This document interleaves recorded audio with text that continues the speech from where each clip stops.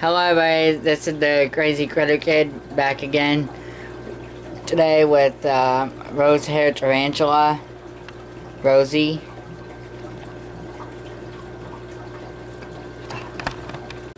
So its body is kind of, there's these two little things on the back that if you touch, they'll kind of silk will come out of its abdomen. Then there's the legs. There's 8 legs. And then there's these 2 little legs up here. And then there's the pedipalps underneath. And then it has fangs underneath. If you get bit, even though they're venomous, they won't kill you. They cannot kill a human with their venom.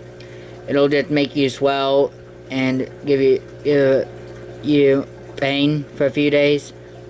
Then they can also flick hairs that will make you itch real bad for a few days. And then it might give you a rash if you have if you happen to be allergic to it. Now, what they eat is they eat crickets. That's what I feed mine. They can also eat roaches and worms, like mealworms, superworms, waxworms, different worms like that. They cannot have too much calcium, because it'll build up in their body and make it hard for them to molt. And when they grab their food, they'll spin it in webbing, and then to kill the insect that it's eating, and then it'll bite into it and eat it. Then they only need to eat like once a week. They only eat like 2 to 3 crickets a week.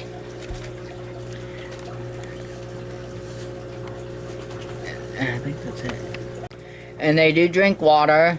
They need a water dish in their cage, and they will put their pedipalps into the water dish and suck the water out of it. It's very important to prevent dehydration. So in its cage, it only needs about a 5 to 10 gallon tank. Since they don't move around too much, they just need a little bit of bedding, like a dart or like eco-earth type bedding. That's what I use as eco-earth.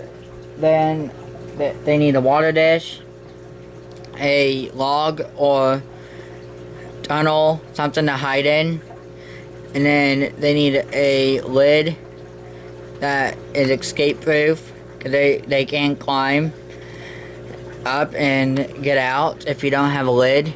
Then you need a heat lamp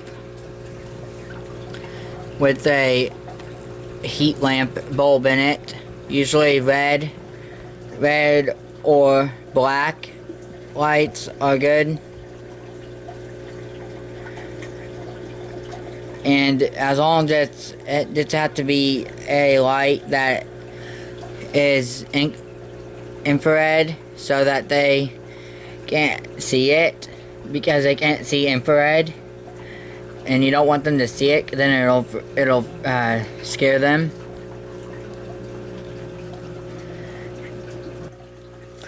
Now for molting, they will molt, and it's good for them not to have too much calcium, or it can make them have trouble molting. But when they molt, they'll flip over and start to push the skin off.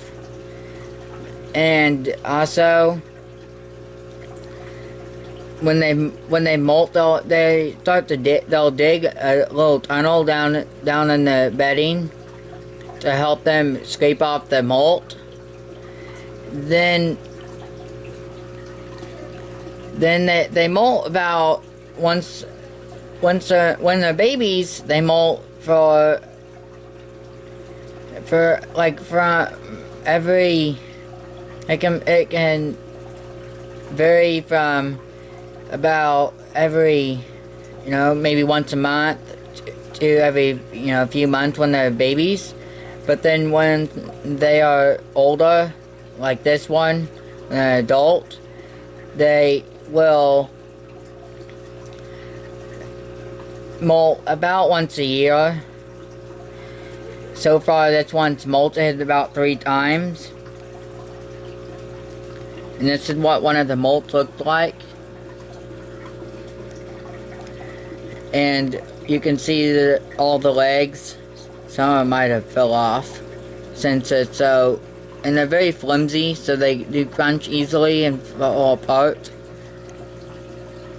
And after they molt, they do especially climb up the cage a lot after they molt.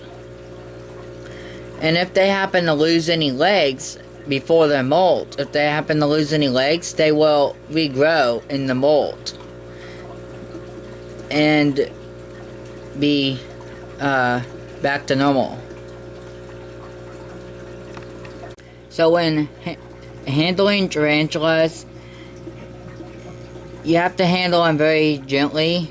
So how you want to pick them up is you want to be very gentle and pick them up right behind their second set of legs, and then get them into your hand, or you can let them crawl into your hand to kind of touch them, and they'll walk up into your hand.